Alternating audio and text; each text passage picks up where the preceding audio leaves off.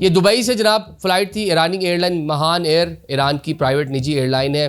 54 का इसका फ्लीट है, 40 डेस्टिनेशन के ऊपर दुनिया के जाती है और ईरान की एक बड़ी एयरलाइन है।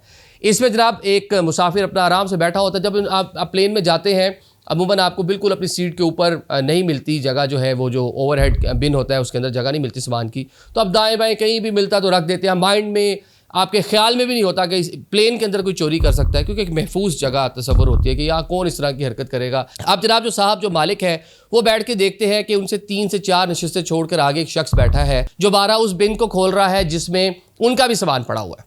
तो वो नोटिस शोटिस करते रहते हैं, करते करते फिर वो जो बंदा था जो बार बार बिन को खोल रहा था ओवरहेड बिन को, वो उन्हीं का एक ब्राउन कलर का एक छोटा बैग जिसमें आप मोहन लोग अपने दस्तावेज़ात रखते हैं, अपना लैपटॉप रखते हैं, अपना मोबाइल है, इस तरह की कोई चीज़ें वगैरह रखते हैं, वो जनाब उठाता है और चुप करके उठा के बैठ जाता है।